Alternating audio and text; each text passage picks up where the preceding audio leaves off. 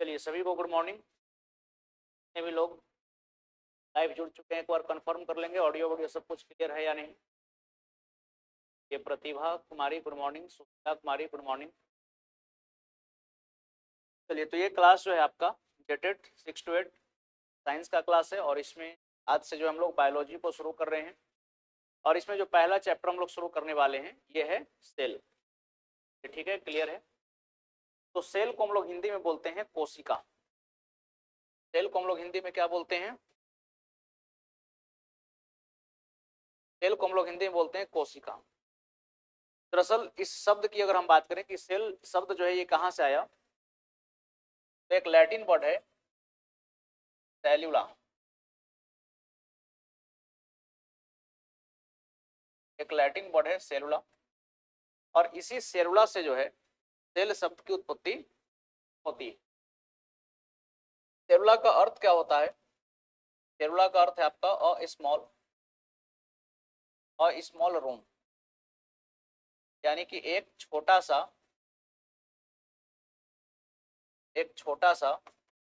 कमरा। तो सेल का मतलब क्या हो गया? एक छोटा सा कमरा। और सेल होता भी इसी टाइप का है, यानी कि ये छोटे छोटे कमरे जैसा आकृति का ये होता है। चलिए सेल के बारे में अगर हम लोग और भी बात करें तो सबसे पहले तो आप समझिए कि सेल के स्टडी को हम लोग क्या कहते हैं। आ जाइए। तो बायोलॉजी के जिस ब्रांच में, यानी कि जीव विज्ञान की इस शाखा में हम लोग सेल के बारे में पढ़ते हैं, इसको हम लोग क्या बोलते हैं? साइटोलॉजी। क्या इसको बोलेंगे? साइटोलॉजी। याद रखिएगा, study of cell is called cytology, यानी कि कोशिका के अध्ययन के विज्ञान को कोशिका विज्ञान कही जाती है। इसके बाद यहाँ पर लिखा हुआ है Robert Hooke is called the father of cytology. Robert Hooke को क्या कहा जाता है? कोशिका विज्ञान का जनक कहा जाता है, क्योंकि 1665 ईस्वी में इन्होंने जो है सबसे पहली बार सेल की खोज की। हालांकि ये सेल डेड था, लेकिन सेल के खोज का जो श्रेय है ये किनको जाता है? ये जाता है रॉबर्ट हुक को। सेल की अगर हम बात करें कि सेल किस चीज का बना हुआ है, तो आप देख सकते हैं cell is made up of nucleic acid and protein. Cell किसका बना हुआ है? तो सेल में आपका न्यूक्लिक अम्ल है और साथ ही साथ क्या है? प्रोटीन। सेल कितने चीजों से मिलकर बना हुआ है? दो चीज याद रखिएगा, न्यूक्लिक एसिड और दूसरा क्या है? प्रोटीन। अब ये न्यूक्लिक एसिड और प्रोटीन दोनों के अगर कॉम्बिनेशन को आप मिला देंगे तो आप इसको न्यूक्लियो प्रोटीन भी बोल सकते हैं। क्या बोल सकते हैं? न्यूक्लिक एसिड और प्रोटीन के कॉम्बिनेशन को जो है न्यूक्लियो प्रोटीन भी कहा जाता है। Nucleo protein.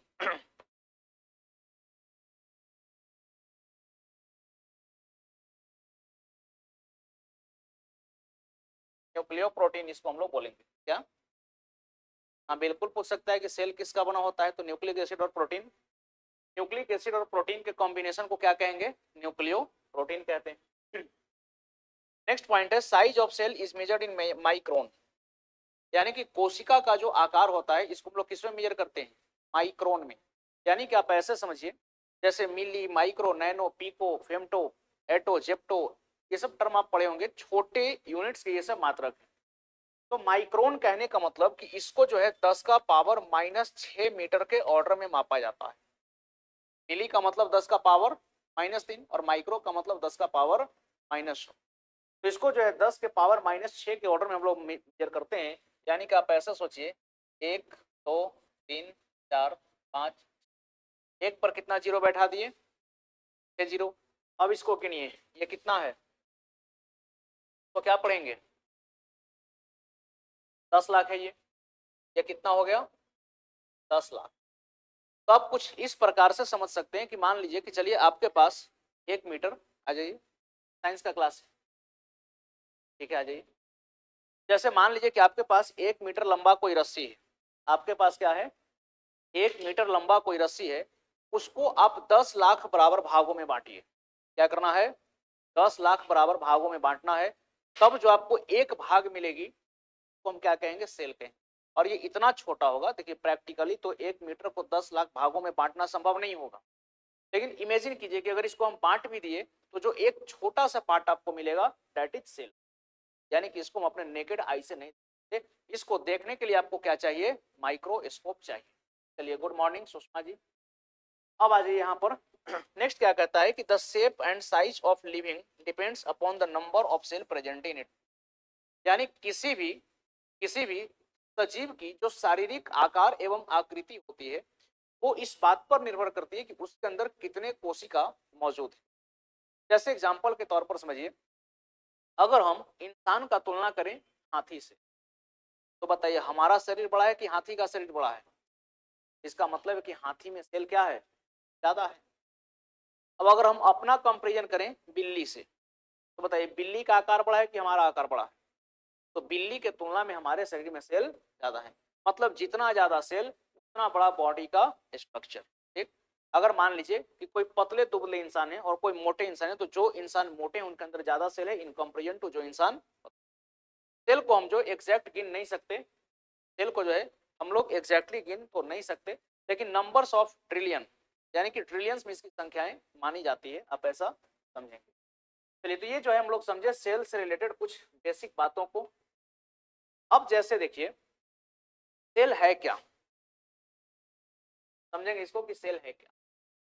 तो जैसे मान लीजिए कि अगर आप एक मकान बनाते हैं, आप एक बिल्डिंग बनाते हैं और उस बिल्डिंग में लाखों लाख ईंट का प्रयोग करते हैं।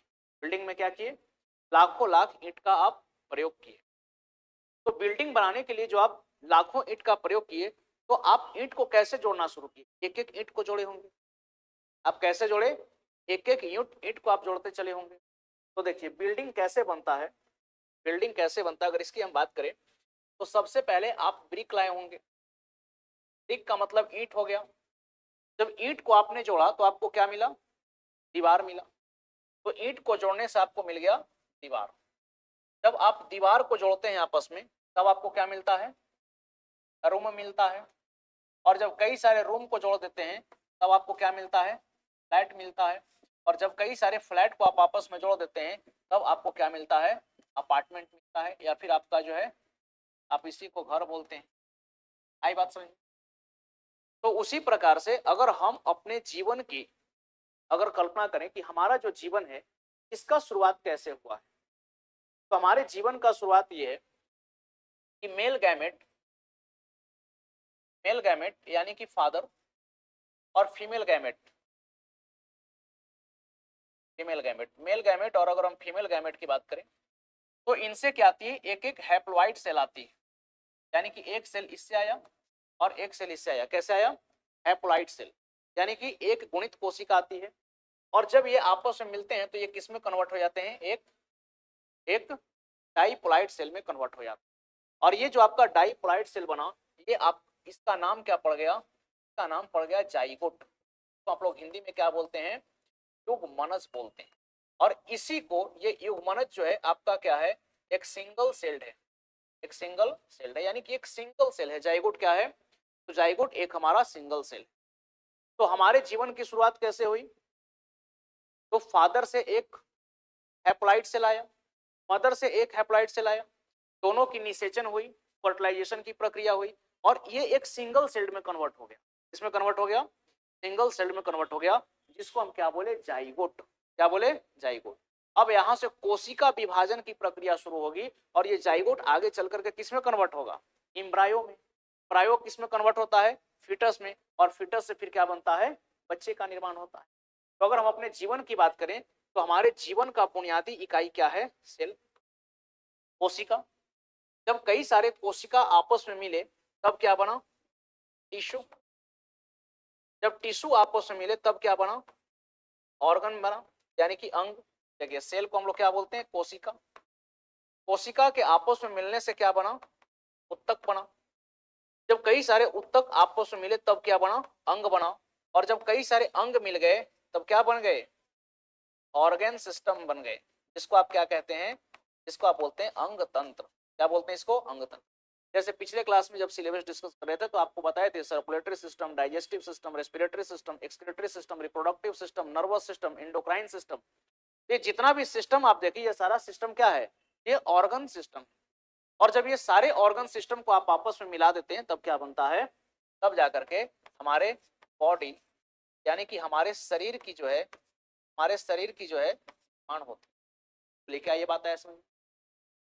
तो जिस प्रकार से ईंट के मिलने से दीवार बना, दीवार के मिलने से कमरा बना, कमरा के मिलने से फ्लैट बना और फ्लैट के मिलने से अपार्टमेंट बना, ठीक उसी प्रकार से हमारे शरीर का निर्माण कैसे हुआ? तो कोशिका के मिलने से उत्तक बन रहे हैं, उत्तक के मिलने से अंग और अंग के मिलने से अंग तंत्र और अंग तंत्र के मिलने से क्या बन गया? शरीर बन गया। क्लियर है ये बात? अब आइए यहाँ पर वही बात लिखा हुआ है, बेसिक यूनिट ऑफ लाइफ, यानी कि हमारे शरीर की जो बुनियादी इकाई है ये क्या है? तो हमारे शरीर की बुनियादी इकाई एक है ग्रुप ऑफ सेल, कोशिकाओं की समूह जब मिली तो इसको क्या बोलेंगे? उत्तक बोलेंगे, टिश्यू। ग्रुप ऑफ टिश्यू यानी कि उत्तकों का समूह, जब कई सारे टिश्यू मिल गए तब इसको क्या बोलेंगे? ऑर्गन यानी कि अंग।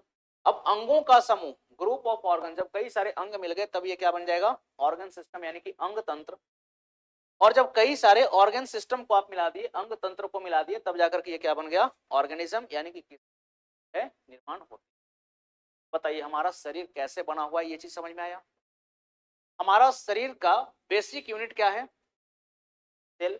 देखिए सेल को हम लोग फंडामेंटल और स्ट्रक्चरल यूनिट, स्ट्रक्चरल यूनिट की कहानी आपको समझ में आ गई, क्योंकि हमारा शरीर का जो संरचना बना हुआ है ये एक एक कोशिका के मिलने से बना हुआ है। तो कोशिका को हम क्या कहेंगे? कि कोशिका हमारे शरीर की संरचनात्मक इकाई है, लेकिन इसको हम लोग कार्यात्मक इकाई भी बोलते हैं।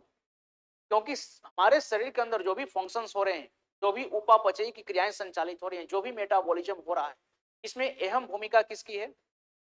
सारे चीज कोशिका के अंदर हो रहे हैं, क्योंकि कोशिका के भीतर कई सारे कोशिकांग पाए जाते हैं। तो इसीलिए हम लोग बोलते हैं कि कोशिका संरचनात्मक इकाई के साथ साथ हमारा कार्यात्मक इकाई भी है, यानी कि स्ट्रक्चरल और फंक्शनल ये दोनों यूनिट। तो ये कहानी क्लियर हुआ। अब आते हैं discovery of cell. Discovery of cell, कोशिका का खोज कैसे हुआ? Discovery of cell. तो अगर हम हिस्ट्री की बात करें, history of discovery of cell, अगर हम बात करें हिस्ट्री ऑफ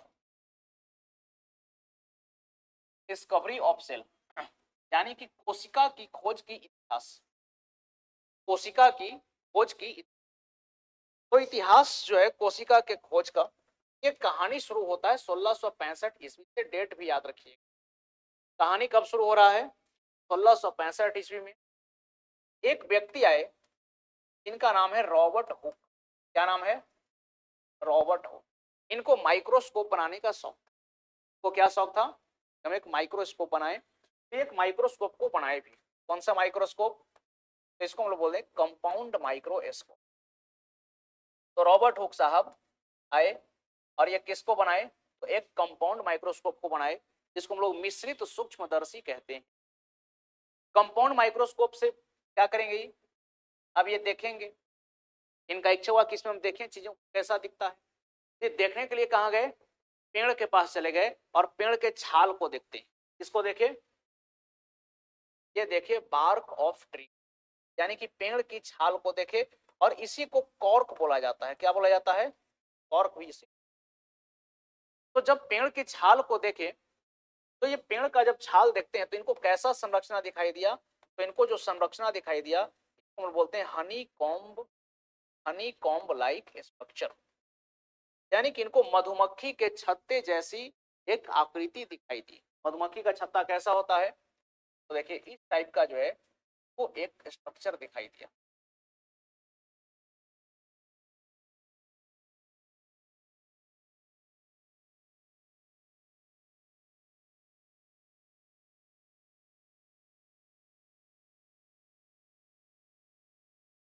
इस टाइप का जो है इनको स्ट्रक्चर दिखाई। ये संरचना जो है कैसा है? ये बिल्कुल मधुमक्खी के छत्ते जैसी आकृति। और इसमें आप देख सकते हैं कि छोटा छोटा कमरा बना हुआ है कि नहीं? तो इसी को तो ये सेल बोले। छोटा छोटा कमरा दिखा और इसी को रॉबर्ट हुक साहब क्या बोल दिए? तो सेल की खोज यही है। तो यहाँ से हनी कॉम्ब स्ट्रक्चर को ये क्या बोल दिए? ये बोल दिए सेल। हालांकि ये सेल कैसा था? तो इनके द्वारा जो खोजी गई सेल थी ये डेड सेल, ये मृत कोशिका थी, यानी कि इसके अंदर इनको प्रोटोप्लाज्म साइटोप्लाज्म जैसा कोई भी चीज दिखाई नहीं दिया। तो चलिए कोशिका का खोज तो ये कर दिए, तो कोशिका के खोज का श्रेय किनको जाता है? कोशिका के खोज का श्रेय गया किनको? Robert Hooke.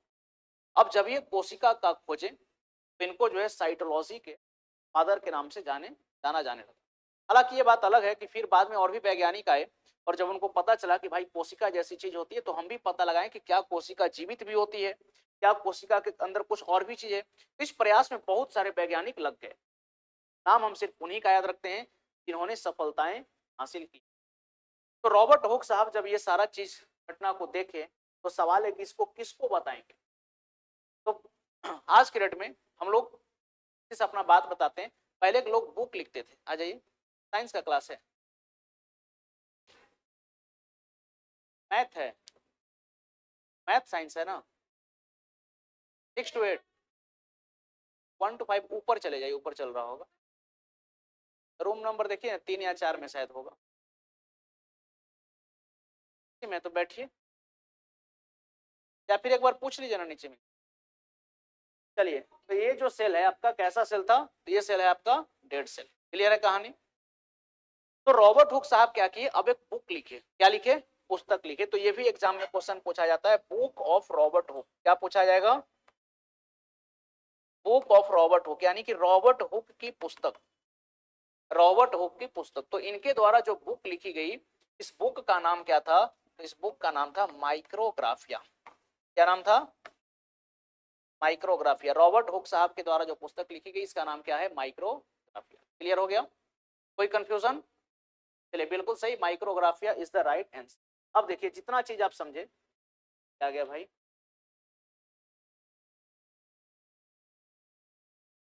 तो जितना चीज आप देखे वही सब चीज यहाँ पर लिखा हुआ है। देखिए, कोशिका शब्द का सर्वप्रथम प्रयोग 1665 ईस्वी में वैज्ञानिक रॉबर्ट हुक ने किया। इन्होंने स्वनिर्मित यानी कि खुद से बनाए थे सूक्ष्मदर्शी की सहायता से कॉर्क के पतले टुकड़ों में मधुमक्खी के छत्ते के समान संरचनाएं देखी। रॉबर्ट हुक ने इन संरचनाओं को कोशिका नाम दिया। यद्यपि ये मृत कोशिकाएं थी, परंतु हुक ने जीवन की आधारभूत संरचना की खोज कर ली थी। जीवन की जो आधारभूत संरचना इसकी खोज कर ली गई किसके द्वारा? रॉबर्ट हुक साहब के द्वारा।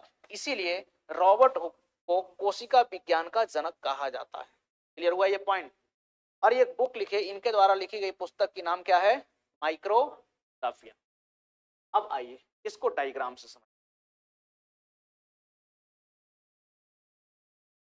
ये है रॉबर्ट हुक साहब, 1665 ईस्वी की घटना है। ये रहा इनका कंपाउंड माइक्रोस्कोप। ये क्या है? ये इनका है कंपाउंड माइक्रोस्कोप। ये हुक साहब का कंपाउंड माइक्रोस्कोप है। इसको कहां ले गए? तो पेड़ के छाल को देखने के लिए गए। और पेड़ के छाल को देखे तो यही है आपका हनी कॉम्ब जैसा स्ट्रक्चर। इसी को आप क्या बोलते हैं? इसी को आप हनी कॉम्ब स्ट्रक्चर बोलते हैं, यानी कि मधुमक्खी के छत्ते जैसी आकृति, आप इसी को बोलते हैं। क्लियर है? अब ये देखिए, रॉबर्ट हुक साहब हैं, अब ये पुस्तक लिख रहे हैं। क्या कर रहे हैं? पुस्तक लिख रहे हैं। और ये कौन से बुक को लिखे? तो इनके द्वारा देखिए लिखी गई जो बुक है इसका नाम क्या है? इसका नाम है माइक्रोग्राफिया। रॉबर्ट हुक साहब जिस पुस्तक को लिखे, इस पुस्तक का नाम क्या है? माइक्रोग्राफिया। तो अब जो है वैज्ञानिकों के अंदर एक होड़ सी हो गई कि क्या सेल लिविंग भी हो सकता है। तो लिविंग सेल की खोज में एक वैज्ञानिक निकले और फाइनली उनको सफलता मिली 1674 ईस्वी। लिविंग सेल का खोज अगर आपसे पूछा जाए कि लिविंग सेल का खोज कौन किया, तो कहानी अब आ गया 1665 से 1674। देखिए, डच के साइंटिस्ट, कहां के साइंटिस्ट? डच के साइंटिस्ट हैं। इनका पूरा नाम क्या है? Antonie van Leeuwenhoek.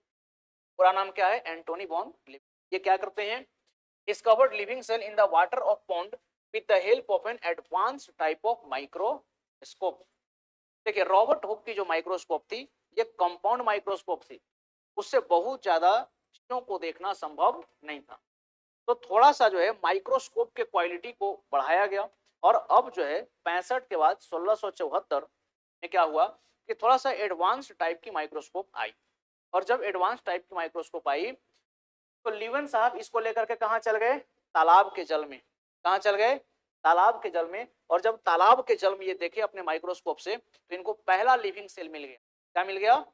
सबसे पहली जीवित कोशिका इनको मिल गई। और जो सबसे पहली जीवित कोशिका की खोज हुई इसका नाम क्या है?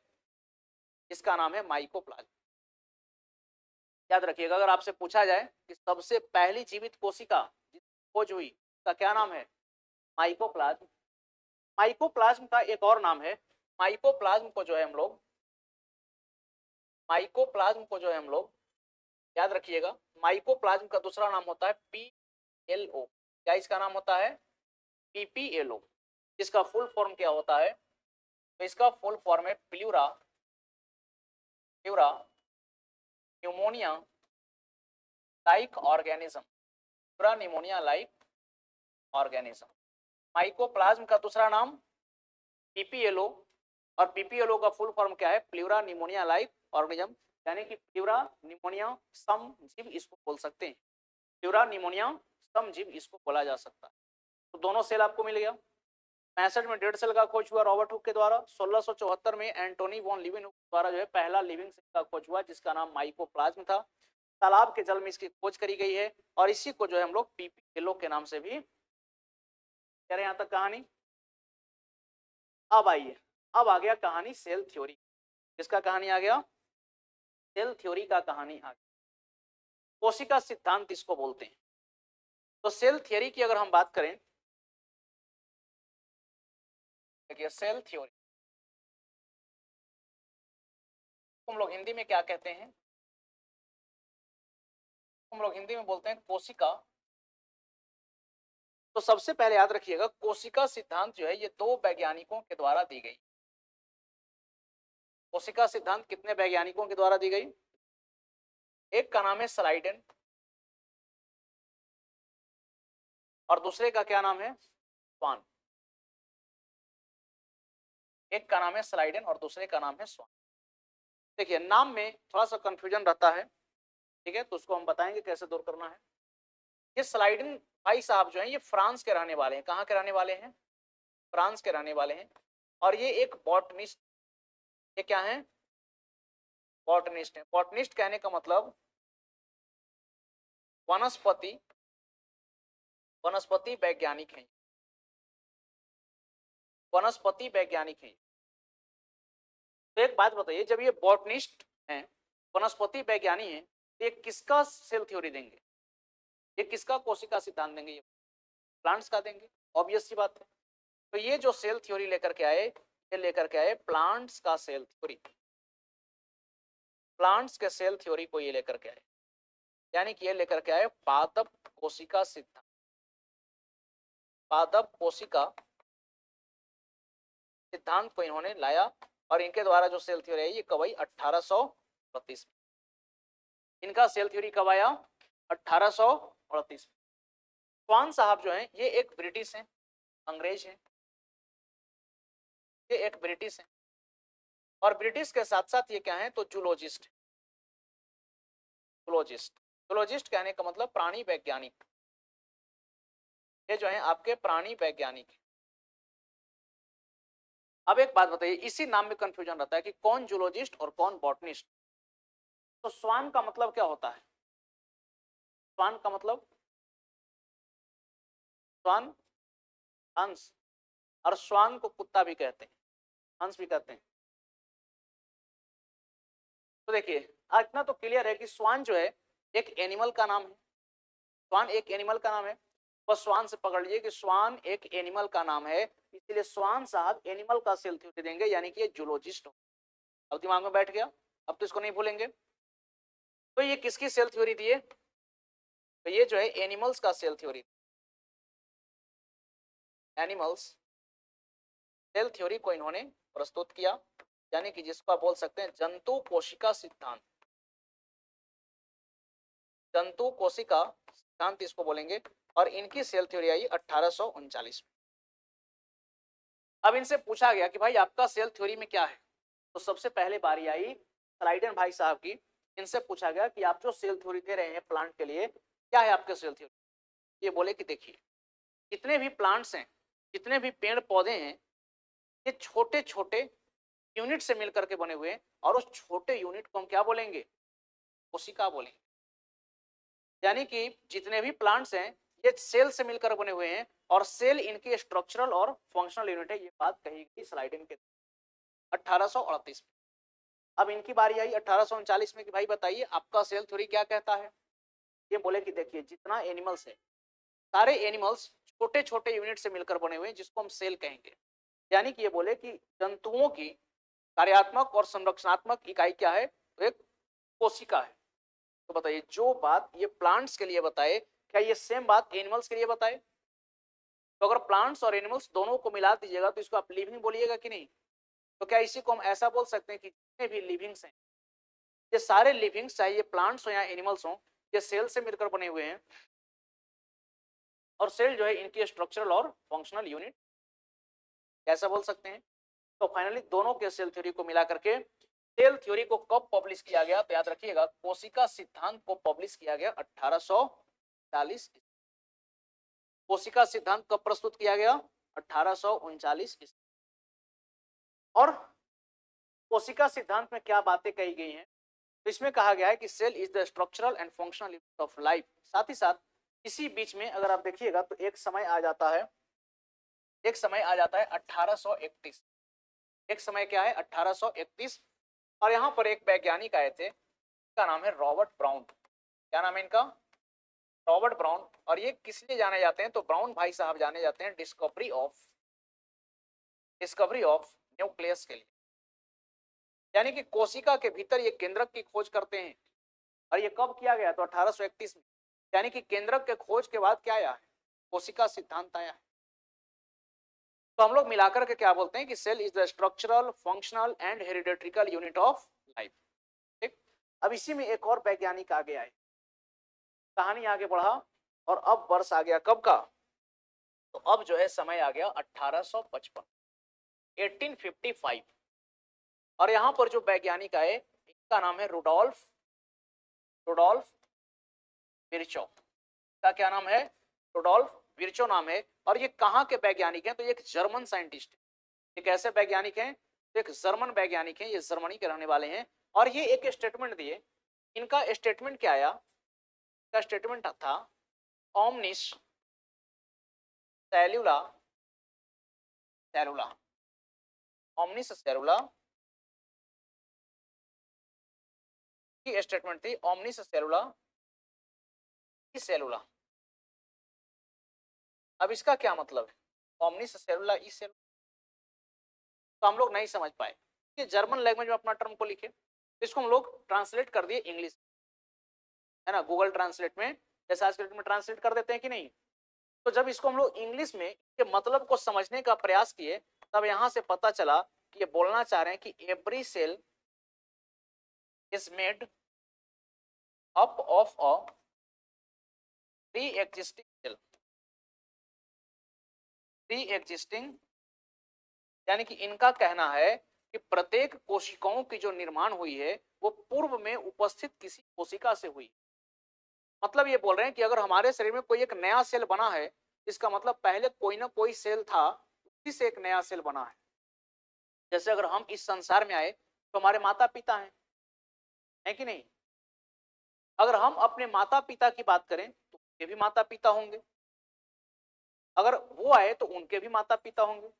यानी कि बताइए बिना पेरेंट्स का कोई भी ऑफ स्प्रिंग का जन्म हो सकता है, नहीं ना। तो उसी प्रकार से विर्चाओ साहब बताए कि अगर कोई भी एक कोशिका बन रही है तो वो किसी न किसी कोशिका से ही बन रही है हमारे शरीर में। यानी कि ये किसका कॉन्सेप्ट दिए, तो ये हम लोगों को बताए सेल डिवीजन के बारे में। इसके बारे में बताए, सेल डिवीजन के बारे में बताए। यानी कि कोशिका विभाजन के बारे में जो है ये हम लोगों को बता गए। इसके बारे में बताए कोशिका विभाजन के बारे में। यहां तक बात क्लियर है, यहां तक समझ में आया। अब आइए यही बात यहाँ पर देखिए लिखा हुआ है आपकी, क्या लिखा हुआ है, सेल सिद्धांत 1839 में स्वीडन और स्वान द्वारा दिया गया। कब दिया गया, 1839 में। देख लीजिए ये मैथिस साइडेन इनका पूरा नाम हुआ और इनका पूरा नाम क्या हुआ, थियोडर स्वान। आगे का कहानी क्या है, अगर हम बात करें कोशिका सिद्धांत की किसमें क्या बातें करी गई हैं, तो कोशिका सिद्धांत के अनुसार कोशिका जीवन की संरचनात्मक कार्यात्मक और कैसी इकाई है, वंशानुगत इकाई है। यानी कि स्ट्रक्चरल फंक्शनल और साथ साथ हेरिडेट्रिकल यूनिट ये होता है। नेक्स्ट क्या है, आगे की बात करें तो 1855 ईस्वी में जर्मन वैज्ञानिक रोडोल्फ विर्चो ने कोशिकाओं की उत्पत्ति के विषय में एक मत प्रस्तुत किया, ओमनिस सेलुला ई सेलुला। इसका अर्थ क्या है? अर्थात इसका मतलब क्या है कि सभी सभी कोशिकाएं पूर्व निर्मित कोशिकाओं से ही निर्मित होती हैं। यानी कि विर्चो साहब हम लोग को किसके बारे में बता गए? सेल सेल डिवीजन के बारे में बता गए। किसके बारे में बताए? सेल डिवीजन यानी कि कोशिका विभाजन के बारे में हम लोग को बतलाए। चलिए, तो अब तक जो हम लोग कहानी सीखे, अब तक जितना कहानी हम लोग सीखे, इसमें क्या क्या बात आप सीखे, जरा एक बार इसको शॉर्ट में हम लोग कर लेते हैं रिकॉल। तो हम लोगों का कहानी शुरू हुआ 1665 से। बताइए इस वर्ष क्या हुआ? 1665 में एक वैज्ञानिक है जिनका नाम था रॉबर्ट हुक। क्या किए? कोशिका का खोज किए। ठीक, कैसा कोशिका का खोज किए? डेड सेल का खोज किए, और एक पुस्तक भी लिखे थे। उस पुस्तक का नाम क्या था? माइक्रोग्राफी। कहानी आगे बढ़ता है और आ जाता है समय 1674। यहां पर क्या हो रहा है? तो लिवेन हुक साहब के द्वारा सबसे पहली जीवित कोशिका की खोज कर ली गई है। कहानी आगे बढ़ा 1831। यहाँ क्या हुआ? तो रॉबर्ट ब्राउन के द्वारा कोशिका के अंदर केंद्रक की खोज करी गई। 1838 में क्या हुआ? प्लांट का सेल थ्योरी आया, के द्वारा दिया गया है, स्लाइडिन के द्वारा दिया गया है। 1839 में क्या हुआ? एनिमल का सेल थ्योरी आया, किसके द्वारा दिया गया है? स्वान के द्वारा दिया गया है। और बात अगर 1855 की करें, यहाँ पर क्या आ गई? कोशिका सिद्धांत, सॉरी, ये कोशिका विभाजन के बारे में हम लोगों को मालूम चला कि एक सेल से ही कोई दूसरा सेल बनता है, एक सेल से ही कोई दूसरा सेल बनता है। ना कहानी क्लियर है? कोई कंफ्यूजन? 1674 में जो पहला लिविंग सेल का खोज हुआ, इसका क्या नाम था? 1674 में जो पहली जीवित कोशिका की खोज हुई, इसकी क्या नाम थी? तो इसके नाम थी माइकोप्लाज्म। माइकोप्लाज्म का दूसरा नाम ईपीएलओ का full form pura pneumonia like organism. कहानी क्लियर हुआ यहाँ तक? यहाँ तक बात आई समझ में? चलिए, तो जो बात सेल में, जैसे जब आपको सेल पढ़ाया जाता है और पहला ही लाइन लिखा जाता है cell is the structural and functional unit of life, ये सही तरीका थोड़ा सा मेरे हिसाब से नहीं।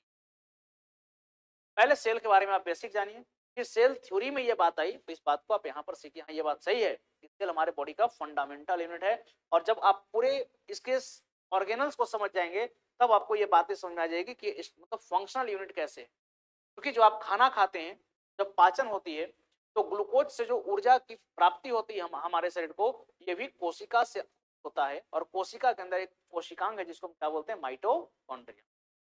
अब ये जो सेगमेंट है आपका, ये बहुत ही इंपॉर्टेंट सेगमेंट है। इसको एकदम रट जाना है। क्या करना है? रट जाना है।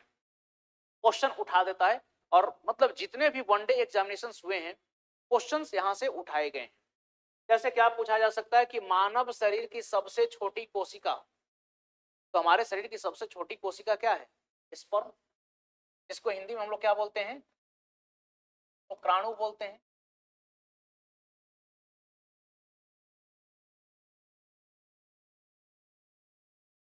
क्या हो गया?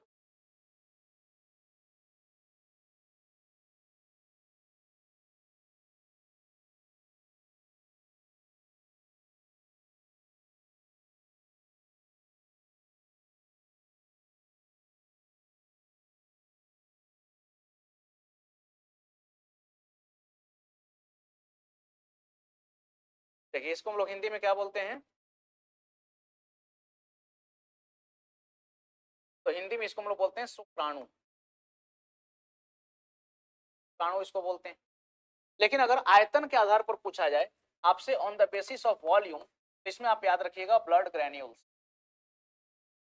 क्या आपको याद रखना है? ब्लड ग्रैन्यूल्स, दैट इज रक्त कणिकाएं। रक्त कणिकाएं आप याद रखेंगे। इसके बाद आपसे पूछा जाता है कि मानव शरीर की सबसे बड़ी कोशिका, तो सबसे बड़ी कोशिका क्या है? ओवम। इसको हम क्या बोलते हैं? अंडाणु। और अंडाणु किसमें मिलेगा? फिर आपसे पूछा जाएगा कि मानव शरीर की सबसे लंबी कोशिका बताइए, तो नर्व सेल। ठीक है, इसको हम लोग क्या कहते हैं? तंत्रिका कोशिका। नर्व सेल यानी कि तंत्रिका कोशिका। और इसकी लंबाई जो है 90 सेंटीमीटर से लेकर के 100 सेंटीमीटर तक की होती है। फिर अगर आपसे सबसे छोटी जंतु कोशिका पूछी जाए, तो नाम आप याद रखेंगे माइकोप्लाज्म। क्या नाम याद रखना है? माइकोप्लाज्म। इसी को शॉर्ट में हम लोग क्या बोलते हैं? पीपीएलओ बोलते हैं। शॉर्ट में क्या बोलते हैं? पीपीएलओ। इसकी खोज एंटोनी वॉन लीeuwenhoek के द्वारा 1674 ईस्वी में करी गई थी। नेक्स्ट अगर आपसे पूछा जाए सबसे बड़ी जंतु कोशिका, तो इसमें याद रखिएगा egg of ostrich, that is शुतुरमुर्ग का अंडा। शुतुरमुर्ग का अंडा। और अगर इसके डायमेंशन की हम बात करें तो 170 मिलीमीटर बाई 130 मिलीमीटर का इसका डायमेंशन होता है। और ये एकमात्र ऐसा सेल है जिसको आप अपने नेकेड आई से देख सकते हैं, जिसको आप अपने नग्न आंखों से देख सकते हैं। नेक्स्ट अगर आपसे पूछा जाए सबसे छोटी पादप कोशिका, सबसे छोटी पादप कोशिका, तो इसमें आपको याद रखना है एल्गिया। क्या याद रखेंगे? एल्गिया। अगर इसमें आपसे पूछा जाए कि सबसे सबसे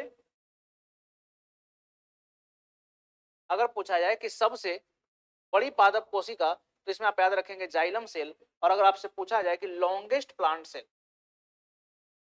अगर आपसे ये प्रश्न पूछ लिया जाए कि लॉन्गेस्ट प्लांट सेल बताइए, सबसे लंबी पादप कोशिका, तो अगर आपसे सबसे लंबी पादप कोशिका पूछी जाए तब आप याद रखेंगे स्कैलरेनकाइमा फाइबर। स्कैलरेनकाइमा फाइबर आपको याद।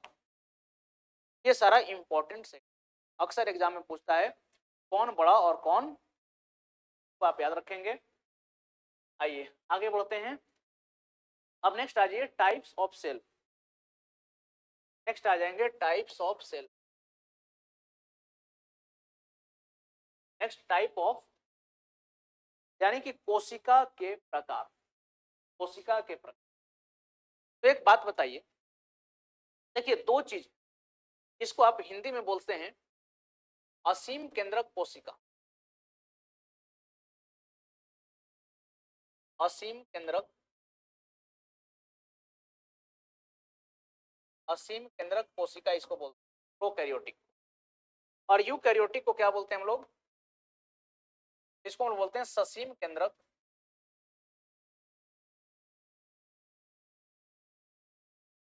ससीम केंद्रक कोशिका इसको हिंदी में आप बोल सकते हैं, ससीम केंद्रक कोशिका। अब यहां से दो चीज समझ, ये इसमें दो चीज है। ये प्रोकैरियोटिक जो है ये दरअसल आपका दो शब्दों के मिलने से बना हुआ है। देखिए प्रोकैरियोटिक की अगर हम बात करें, प्रोकैरियोटिक सेल, तो इसमें आपका दो चीज है। एक इसमें हो गया प्रो और दूसरा इसमें शब्द क्या है? कैरियन। तो प्रो का मतलब हो गया पूर्व और कैरियन का मतलब हो गया केंद्र। तो प्रोकैरियोटिक में क्या हो गया? ऐसा सेल जिसमें पूर्व की कोशिकाएं हों, ऐसी सेल जिसमें क्या हो? पूर्व की कोशिकाएं। और यूकैरियोटिक की अगर हम बात करें, अगर यूकैरियोटिक सेल की अगर हम बात करें तो इसमें दो शब्द है आपका यू प्लस कैरियन। यू का मतलब हो गया सच्ची यानी कि ट्रू, और कैरियन का मतलब क्या हो गया? केंद्रक। तो आप ऐसे समझ लीजिए कि ऐसी कोशिका जिसमें एक सच्ची केंद्रक हो, ऐसी कोशिका जिसमें एक सच्ची केंद्रक हो। अब देखिए प्रोकैरियोटिक और यूकैरियोटिक में क्या क्या डिफरेंस। तो जैसे प्रोकैरियोटिक सेल आप बनाते हैं तो आप इस टाइप का समथिंग एक सेल बनाते हैं।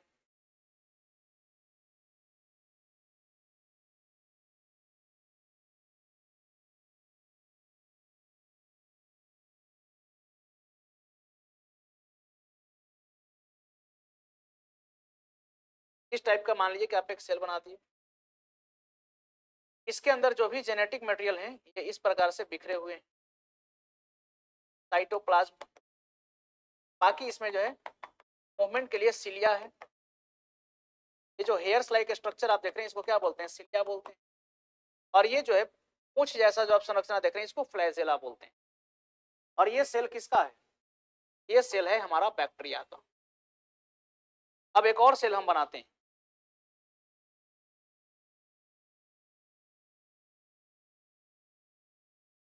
देखिए एक सेल हम बनाए,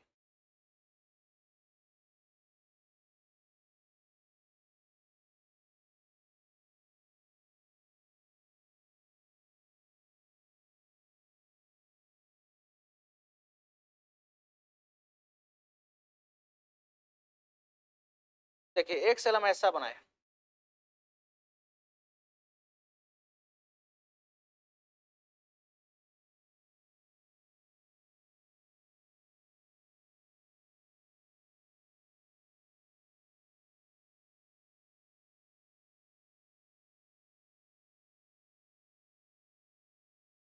देखिए एक सेल इस टाइप का बनाए।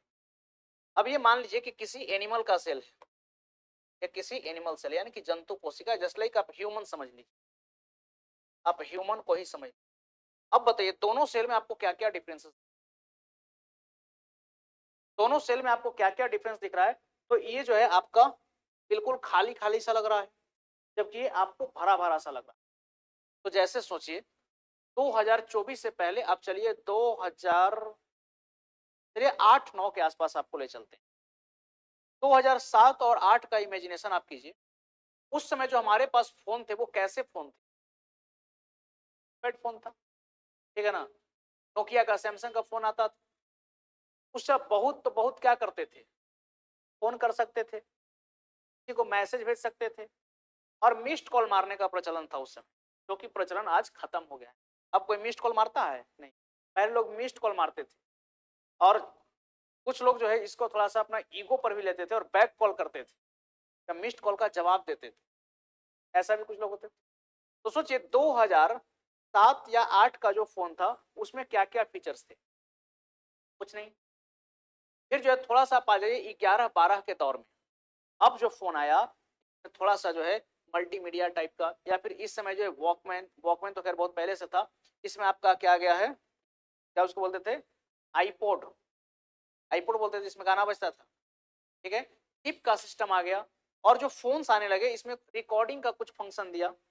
फिर आगे बढ़िए 1-2 साल आगे तो धीरे धीरे कैमरा आ गया छोटा छोटा, फिर जो है बड़ा सा फोन आने लगा जिसमें कीपैड रहता था। सैमसंग का फोन आया जो टच स्क्रीन था, लेकिन फैसिलिटी क्या था, बहुत कम।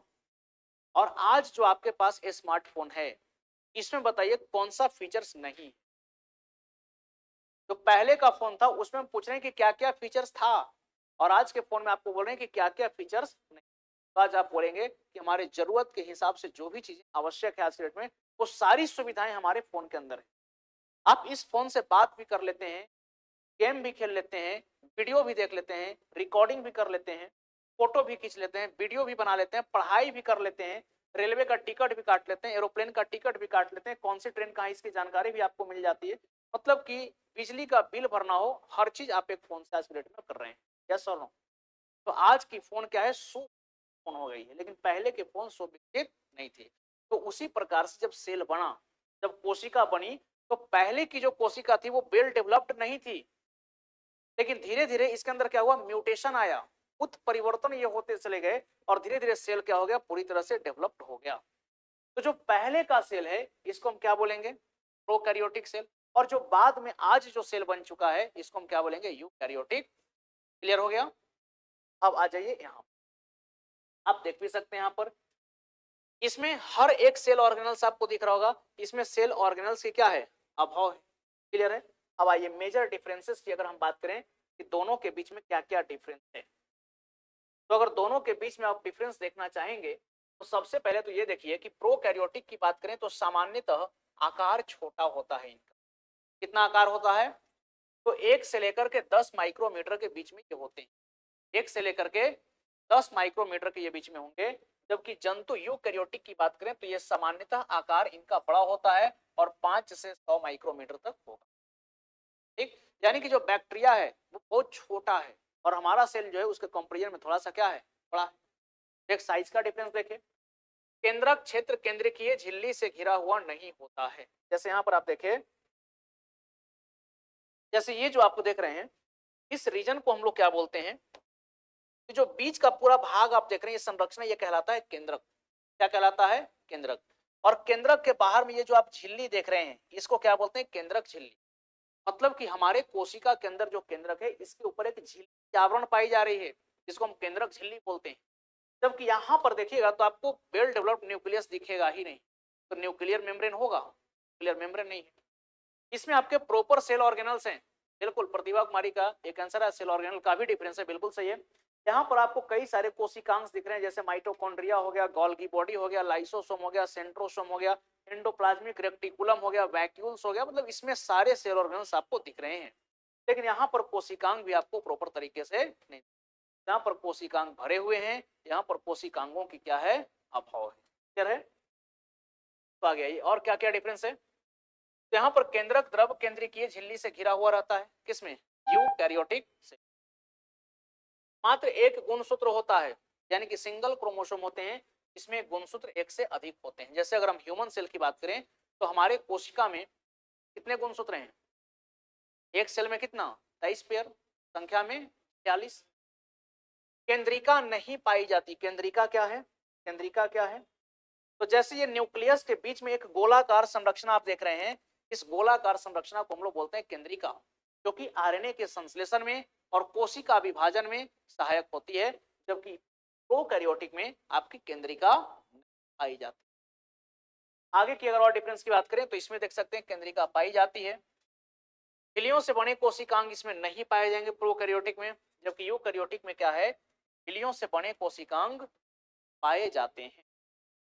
कोशिका विभाजन विखंडन या मुकुलन द्वारा होता है, यानी कि फिजन या फिर बडिंग के थ्रू जो है इनमें सेल डिवीजन की प्रोसेस होती है। जबकि अगर हम जंतु यूकैरियोटिक की बात करें, जहां पर कोशिका विभाजन समसूत्री, जिसको इंग्लिश में हम लोग बोलते हैं मिटोसिस, या फिर जो है अर्धसूत्री यानी कि मियोसिस नाम के प्रोसेस के थ्रू होता है। नेक्स्ट अगर हम बात करें तो डीएनए कोशिका द्रव में स्थित होता है। डीएनए कहां पर है, कोशिका द्रव, यानी कि साइटोप्लाज्म, सेल के अंदर एक भरा हुआ लिक्विड होता है, इसी को बोलते हैं साइटोप्लाज्म। तो प्रोकैरियोटिक में डीएनए कहां पर है, तो साइटोप्लाज्म के अंदर, जबकि यूकैरियोटिक में डीएनए कहां पर है, ये केंद्रक में स्थित होता है, ये न्यूक्लियस में प्रेजेंट। आगे क्या है, माइटोकॉन्ड्रिया अनुपस्थित है। प्रोकैरियोटिक सेल में माइटोकॉन्ड्रिया, जिसको सूत्रकणिका बोलते हैं, ये उपस्थित नहीं है। जबकि यहां पर देखिएगा यूकैरियोटिक सेल में तो माइटोकॉन्ड्रिया क्या होती है, प्रेजेंट होती है, यानी कि पाई।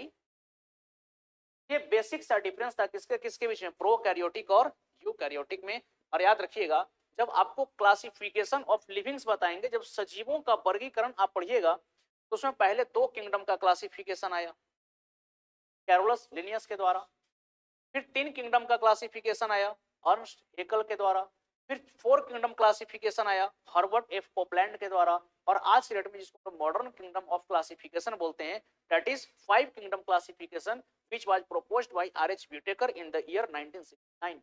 जो आज 5 जगत की वर्गीकरण है, ये 1969 ईस्वी में प्रस्तुत की गई, किसके द्वारा, आरएच व्हिटेकर के द्वारा। और जब व्हिटेकर साहब, आरएच व्हिटेकर साहब जब सजीवों को वर्गीकृत करते हैं तो ये आधार क्या बनाए, आधार क्या बनाए, तो आधार बनाए कोशिका को।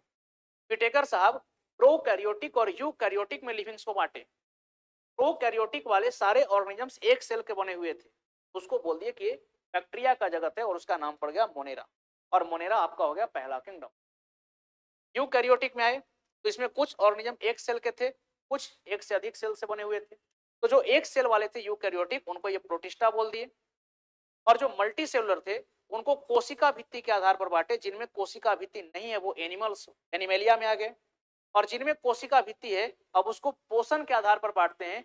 जिनमें ऑटोट्रॉप्स यानी कि जो प्रकाश संश्लेषण की प्रक्रिया कर रहे हैं उनको ये प्लांट्स बोलते हैं, प्लांटी, और जिनमें प्रकाश संश्लेषण की प्रक्रिया नहीं हो रही है, जो heterotrophic mode of nutrition follow कर रहे हैं, उसको ये क्या बोले, फंगस।